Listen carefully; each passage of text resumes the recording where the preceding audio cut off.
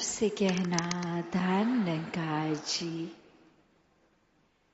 भक्ति के ऊपर आज जितने भी महात्माओं ने अपने वचनों को रखा, और ये शब्द तो सुनने में कि भक्ति ही एक शब्द ही, पर ये भाव, ये अवस्था उतनी ही गहरी। ये भक्ति पर्व, एक पर्व जो हम फेस्टिवल को कहते हैं, एक उत्सव की तरह, तो ये ब्रह्म ज्ञान, ये दातार, ये निराकार, ये परमात्मा जिन्हों के एक जीवन में आया है, जिन जिन के उनका जीवन वाक्य ही पर्व बन गया है।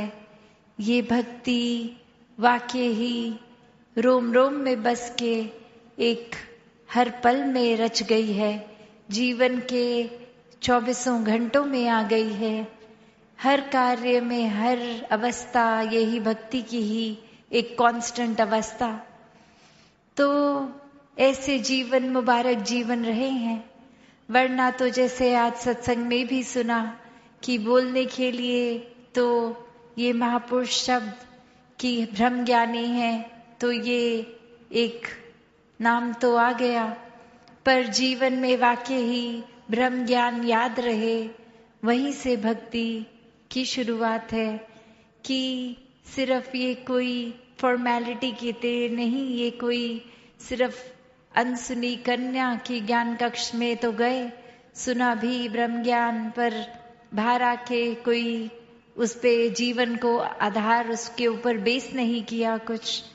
तो बात वो नहीं कि कोई अभी अभी इस निराकार से जुड़ा है या कब से, सालों साल से। एक भक्ति वो एक ब्रह्म ज्ञानी होने से ही एक बन जाता है।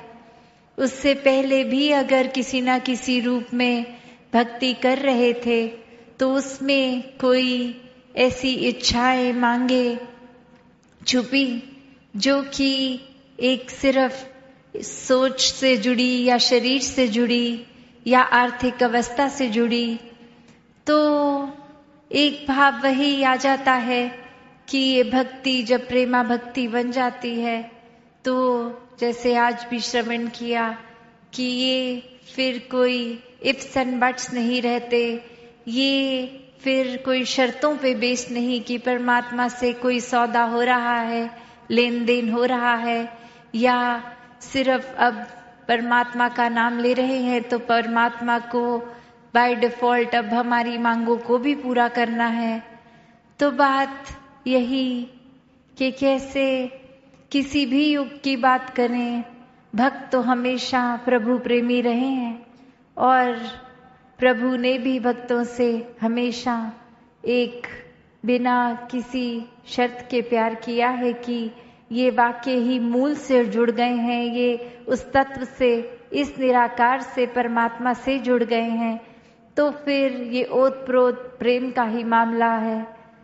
तो भाव वही कि अब भक्तों के जीवन पे रोशनी डालें, तो चाहे वो पुरातन कोई इतिहास के भक्त या आज के इस समय सांस लेते हुए वो जीवन भक्तों के, तो जो एक सिमिलैरिटी, एक सेम बात निकलती है।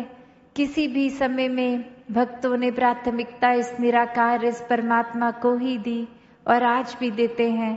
तब भी ये जीवन था, जिस तरह भी ये डिस्ट्रैक्शंस, ये एक रास्ते से दूर करने वाले एक तत्व उस समय भी थे, आज भी हैं। फिर भी जिनके मन में वाकई ही परमात्मा के प्रति लगन है, तो फिर वो अपने मन को परमात्मा पे ही अलाइंड रखते हैं। कोई भी कारण ऐसा नहीं बनने देते जो इस मार्ग से भटका दें। तो बात वही कि आज भी ये मिशन के इतिहास में भी भक्तों का नाम जुड़ के ये भक्ति पर्व से, और उनके जीवन पे भी हमने जब देखा तो कितनी ही शिक्षा ये मिलती है, सिखलाइयाँ मिलती हैं। और भी इतिहास में जाएं तो जब उदाहरण एक हनुमान जी का ही वो भक्ति रूप, तो ये आज हनुमान भगत भी कितने बन गए हैं, क्योंकि वो खुद ही एक भक्त थे। तो ये भक्ति की अवा प्राप्त की, तो आगे वही बात कि जो एकदम बिना किसी इच्छाओं के रहा, सिर्फ समर्पित, सिर्फ मांग भी किसकी, प्रभु राम की। और वैसे ही कि जीवन में हर पल हर पहलू में प्राथमिकता बनाकर रखा, तो आज उनके आगे भी कितने नमन करते हैं। और वही अगर हम अपने जीवन में कि परमात्मा जो हनुमान जी के हिस्से आया वही हमारे हिस्से है, तो हमारी अवस्था कहाँ है, हमारा जीवन किस तरह है। एक हम अगर सत्संग आके भी या अपने घर परिवार दोस्तों या जानकारों के आगे एक भाव ऐसा ही रखते हैं कि हमें एक कुछ बनना है या फिर कुछ प्रूव करना है कि हम देखो कितने समय से सत्संग आते हैं, हमसे ज्यादा तो कोई सेवा करता ही नहीं। हम हर पल एक सत्संग की तरफ अपनी लगन लगाते हैं, मन से एक सुमिरन निकलता ही रहता है। तो ये अगर तो वाकई ही मन का भाव है, तो ये कभी साथ ही साथ मन में इच्छा नहीं आएगी कि मेरी भक्ति को मैं जो जो दिन भर करता हूँ वो कोई नोटिस करे।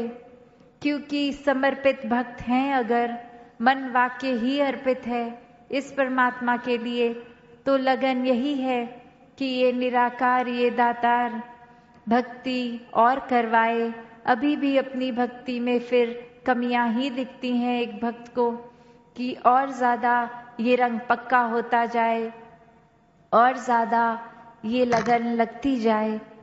तो बात वही कि अगर यहाँ सत्संग आके भी इच्छाएं उसी तरह हैं कि एक कुछ बनना है, कि हमारी स्टेज पे ड्यूटी लगी नहीं लगी, या हमारे गीत का नाम आज सत्संग में आना था वो क्यों नहीं लिया गया, या फिर ये दिखाना हम कितना अच्छा बोल सकते हैं, या सत्संग सिर्फ इसलिए आना कि आसपास वालों के साथ उस तरह कोई कांटेक्ट बने कि आगे वो हमारे बिजनेस कांटेक्ट्स बन सके। एक सत्संग में आना, एक भक्ति करना, अगर वाकई ही हमारा मूल एक कारण ये निराकार, ये परमात्मा नहीं है, तो फिर एक दुनिया में जो कोई इंसान बेमुख है इस परमात्मा से, वो जो कर रहा है तो हम ब्रह्मज्ञानी होके भी यही कर रहे हैं। तो ये फर्क कितना बड़ा हम देखें कि यहाँ क्या करने के लिए आए हैं। ये बाकी चीजें तो संसार में भी हो सकती हैं, फिर एक इतनी बड़ी दात हिस्से है तो भी एक इतनी छोटी सी चीज को ही पकड़ लिया है। जब परमात्मा पूरे ब्राह्मण के कण कण में जो है वो मिल गया है, तो फिर भी एक माया से ही जुड़ रहे हैं।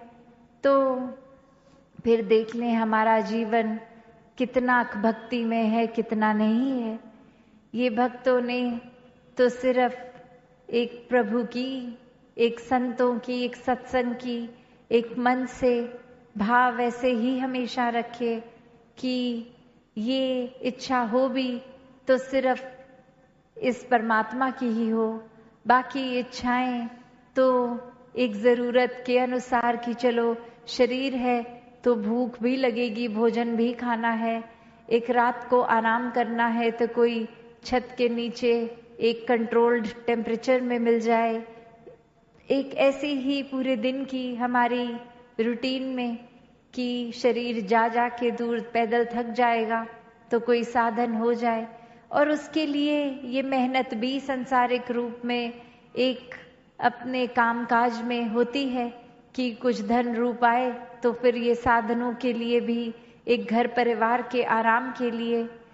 और यहीं एक भक्तों ने यही समझाया कि एक जरूरत और एक लालच, एक इच्छाओं का हमेशा बढ़ता ही रहना, इसमें बहुत अंतर है। कि सिर्फ जो मेहनत से कमाई चीज एक उस रूप में ही सदुपयोग हो रहा है, एक धन को भी सेवा में लगाया जा रहा है तो वो फिर वाकई ही मुबारक है। पर अगर पूर्ति सिर्फ और सिर्फ ये है कि परमात्मा के एहसास में तो 1 मिनट भी नहीं, पर सिर्फ ये संसारिक रूप, घर परिवार, रिश्तेदारी, कामकाज, धन दौलत, इसी में ही लगे रहे, तो ये फिर एक स्टेप से दूसरे स्टेप, एक अभी जो लाइफस्टाइल है जिस तरह जी रहे हैं उससे ज़्यादा बेहतर करने का फोकस बनता भी है, जो कि कोई बुराई नहीं है। ऐसा फोकस बनने में, एक अपने मेहनत को और करके कुछ और धन कमाने में, पर वो नियत की बात है, वो एक अपने अंदर से इस परमात्मा से लगकर हुई है या ये किसी लालच से उत्पन्न है, या फिर अक्सर वो लालच भी नहीं होती, बस ये होता है कि हमारे कुछ जानकार हैं, उनके पास तो ये भी है, ये भी है, ये भी है, और हमारे पास तो उनमें से ऐसी कोई भी चीज़ नहीं। तो अब लक्ष्य बना लिया सिर्फ उनको नीचा दिखाने का कि अब उनके पास जो जो वस्तुएं हैं उनसे ज़्यादा बेहतर ब्रांड की चीज़ें लेकर आएंगे, उनसे ज़्यादा महंगी लाएंगे, सिर्फ इसलिए कि वो देखें कि हमारे पास उनसे बेहतर है। तो अक्सर ये फ़र्क कि एक ज़रूरत के अनुसार, एक सही इंटेंशन, एक नियत, ये चेतनता लेते हुए, इस प्रभु को शामिल करते हुए कोई चीज़ करी गई, वर्सेस के एक लालच में एक युक्त हो गए और अब अपनी एक हर ख्वाहिश, एक हर चीज़ का बुनियाद ही ये बना दिया कि किसी को कुछ साबित करना है, या वो सिर्फ और सिर्फ कि सिकंदर की तरह पूरे संसार पे फतेह कर लेनी है, तो उसका तो कोई अंत है नहीं। हम एक इतना ज़्यादा लालच में युक्त हो जाएंगे तो फिर आनंद की अवस्था तो दूर दूर तक हिस्से में नहीं आएगी। और भक्तों ने यही समझाया हर समय कि एक ज़रूर अपने कर्तव्यों में जो भी काम हमारे हिस्से है, जब छोटी अवस्था है तो सिर्फ अगर वो पढ़ाई की ही है तो उसको भी लगन से करो, जब कामकाज परिवार का पालन पोषण कर रहे हैं उसको भी लगन से करो। कोई भक्तों ने काम से मन चुराने की बात नहीं करी है, भक्तों ने तो यही कहा है कि हथकार वल दिल यार वल, कि सब काम करें पर एक एहसास इस निराकार का बना के वो सब काम करा जाए। तो बात यही कि भक्ति के तो अनेकों फिर रूप भी हुए हैं। जब इस परमात्मा से प्यार हो गया है तो फिर कोई गा के, कोई चुप रहकर, कोई एक सेवा का रूप, या कोई भी एक मन की अवस्था, उससे अक्सर एक हमारी एक किसी का जीवन अगर हम नज़दीक से देख रहे हैं तो वो भी भाव आ जाते हैं कि ये महापुरुष तो पहले सत्संग से नहीं जुड़े थे तो उनके कारोबार में इतनी बरकत नहीं थी, अब वो सत्संग भी आते हैं और उनका कारोबार भी बढ़ गया। अगर हम ऐसा कुछ देखते हैं तो फिर बात वही लगती है कि ये एक मन की अवस्था, एक भक्ति की अवस्था का इजाफा होता है, ये बढ़ता है, ये गहरा होता है। तो किस चीज़ से हमें जुड़ना है, किससे नहीं, और किस नियत से जो करना है वो ही वाकई ही भक्ति है। वरना तो किसी का कुछ किया और पीछे पीछे एक हमारी वो अवस्था अपनी ही अवस्था है। तो कैसे एक सिर्फ और सिर्फ ये भक्ति की बात आज जो बार बार हो भी रही है कि चाहे इस परमात्मा से जुड़ने का किस तरह का भी कनेक्शन हमने बनाया, वो एक मजबूत करने के लिए वो ब्रह्म ज्ञान पहले हो जीवन में, उसके बाद फिर ये सेवा सुमिरन सत्संग करते हुए, जब ये पल ऐसे नहीं भी हैं कि सत्संग हो रही है, कहीं कारोबार घर में इत्यादि कहीं भी हैं, सड़क पे हैं कहीं भी, तो भी ये भक्ति कायम रहे। और वो कायम तभी होगा जब ये रोम रोम में, ये कण कण हमारे अंदर बाहर परमात्मा है, तो ये एहसास से रहें।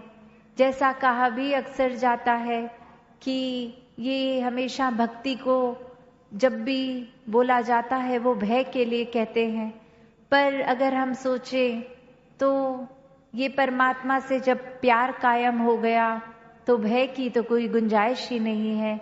ये डर के भक्ति नहीं करनी कि कुछ ऐसा नाम ना लिया आज परमात्मा का, आज किसी कारणवश चरणामृत पीना रह गया तो फिर कुछ बुरा हो जाएगा। नहीं, ये बंधन काटने की चीज है भक्ति, ये ब्रह्म ज्ञान बंधनों में डालने की नहीं। तो बात वही कि जहाँ जो भय का जिक्र है वो ये कि जब हम इस परमात्मा से प्यार कर ही चुके हैं तो एक सेल्फ रिस्पॉन्सिबिलिटी लगती है, वो एक रियलाइजेशन लगती है कि अब हम इतने प्यार में हैं, ये एक रिश्ता बन गया है प्यार का, तो अब वो खुद के अंदर हमें उस भय में रहना है कि परमात्मा से नहीं भय करना, पर उस रास्ते रहना है कि कुछ ऐसा हम ना करें जो अब इस रिश्ते पे दाग लगे। तो बात वही जो संतों ने हमेशा से समझाया कि एक इतना ज्यादा प्यार का रिश्ता इस परमात्मा से बना लें तो फिर कुछ सोचना, कुछ भी एक हिसाब किताब की जरूरत पड़ती ही नहीं है। फिर तो एक जैसे ये परमात्मा भी भाव का ही भूखा और भक्त इसके प्यार में, इस भक्ति से युक्त रहें तो बात फिर बनती है। एक चतुर चालाकियों का भक्ति में कोई काम नहीं। अक्सर हम सोचते हैं कि हम चतुर चालाक नहीं, फिर भी अगर छोटी छोटी चीजों को ही देख लें कि अगर कतार लंबी है नमस्कारी की, लंगर की, तो कोई ना कोई तरीका ढूंढते हैं हम लाइन को कैसे कट थ्रू करें, हम आगे कैसे पहुंचे। हम एक इसमें भी चतुर चालाकियां डालते हैं और नाम भक्ति का देते हैं कि लाइन में जाना है।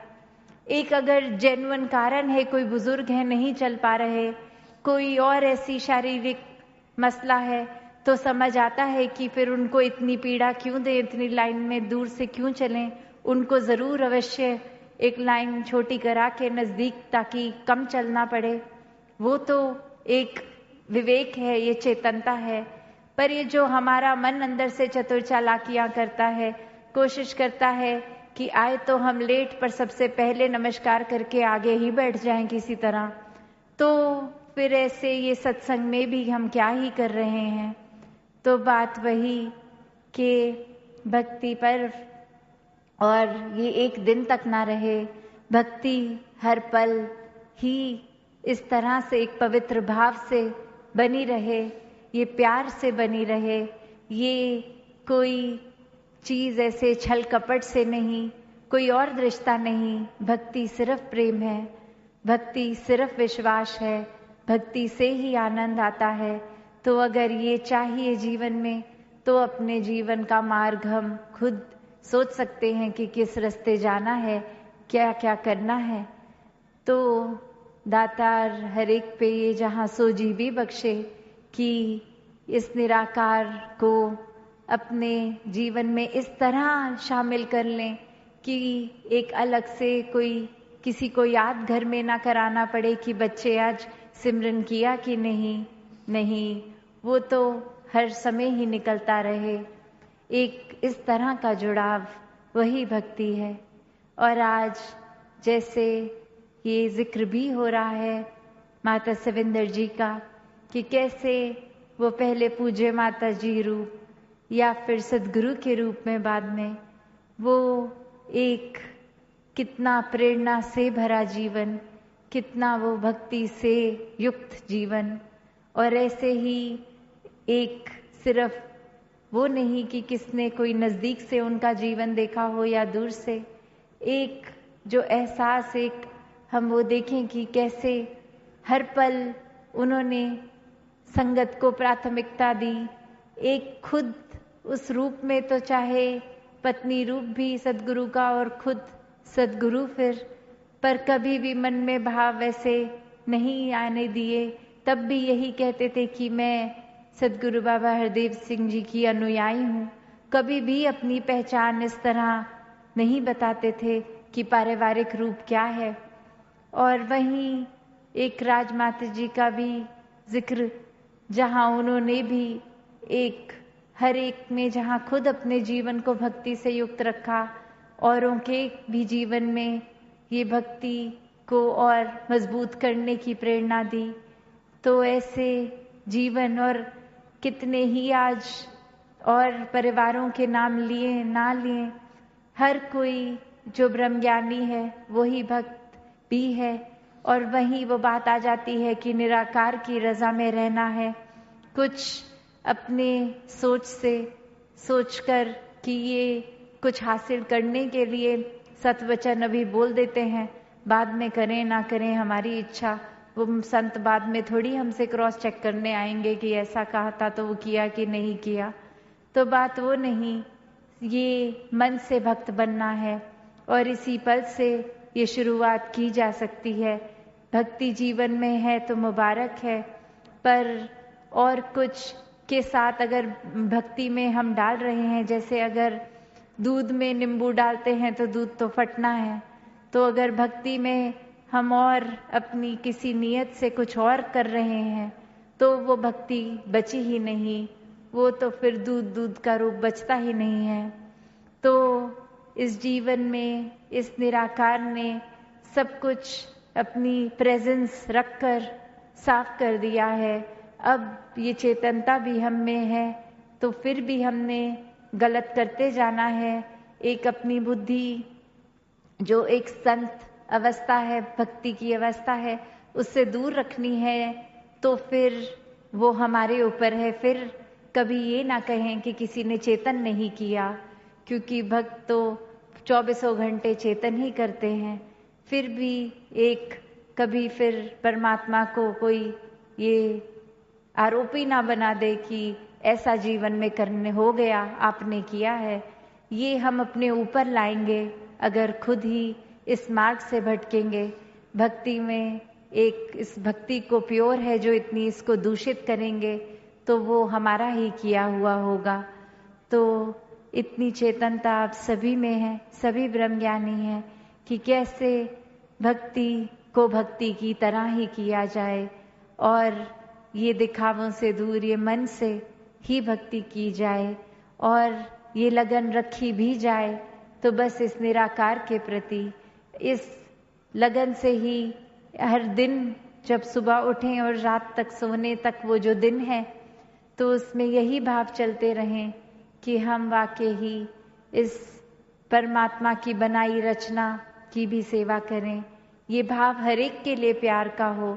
फिर कोई दिमाग में ये शॉर्ट लिस्ट ना किया जाए कि ये इंसान मेरे काम का है, इसके साथ तो अच्छा रहेंगे, ये ठीक नहीं लगता, इसको तो बस हम कुछ कहेगा भी तो ऐसे एक्ट कर देंगे कि बात ही नहीं सुनी, या सुनी तो कुछ अपने मन का मतलब निकाल लेंगे। तो बात वो नहीं, परमात्मा से प्यार है तो परमात्मा की बनाई हर चीज से प्यार है। परमात्मा पूर्ण है तो ये सारे सिनेरियोज, ये सारी सिचुएशन जो भी जीवन में है सब कंप्लीट है, सब पूर्ण है, सब हमारे लिए बेस्ट है। इन्हीं भावों से युक्त होके भक्त चलते हैं और फिर वो रूप चाहे मीराबाई की तरह गा के नाच के, या फिर कोई बुद्धा जी की तरह एक नॉन जिसे बोलते हैं कि थोड़ा सीरियस मोड ले लिया, उस तरह हो गए, गंभीर हो गए, तो वो एक भक्ति की तार अपनी अलग है। हर संत यही समझाते हैं कि अपनी सोसाइटी समाज पे बोझ नहीं बनना है। इस घर परिवार रूप, एक संसार रूप, समाज रूप सभी में सेवा करते हुए ये गृहस्थ वाली भक्ति करनी है। तो ऐसे ही भक्ति हर किसी के हिस्से आए, हर कोई निराकार से जुड़ के सेवा, सुमिरन और सत्संग के अपने पहलू को और मजबूत करता जाए। सात संगत जी, धन निरंकार जी।